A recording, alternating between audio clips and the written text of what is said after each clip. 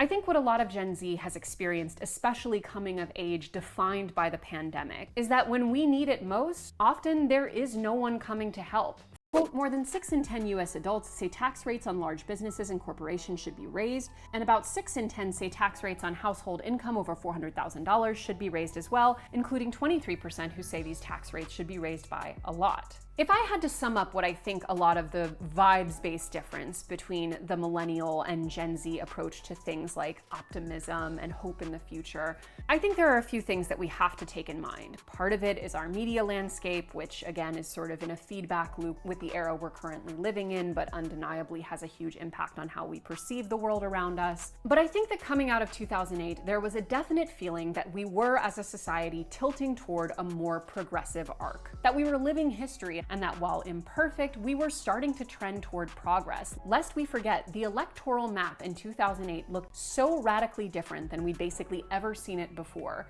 with huge numbers of working and middle-class Americans coming over to a proposed more progressive agenda. So even if we as millennials were on an individual level economically really struggling and coming into a tough job market and being hit with all of these cultural stereotypes about how we don't work hard, or we think that we deserve too much, or we're too confident, or we hate ourselves, or all of these other things, there was at least this sort of hope that things were generally getting better as a society. It's not necessarily a bad thing to be nostalgic for a period of time where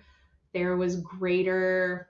sense of social trust, greater interpersonal trust, greater institutional trust,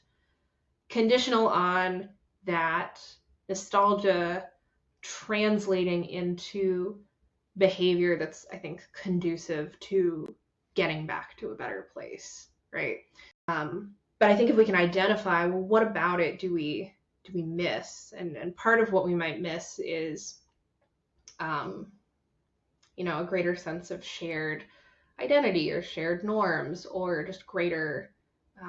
social cohesion, and thinking about like what's driving this widespread nostalgia, and then actually acting to try to get back to those things that people clearly miss and want. I think what a lot of Gen Z has experienced, especially coming of age defined by the pandemic, is that when we need it most, often there is no one coming to help. Things aren't necessarily getting better. We aren't necessarily learning our lessons. And even though on certain economic factors or employment rates or home ownership, Gen Z might be doing slightly better than we are as millennials, I think they have a fundamentally much more cynical view of what's possible.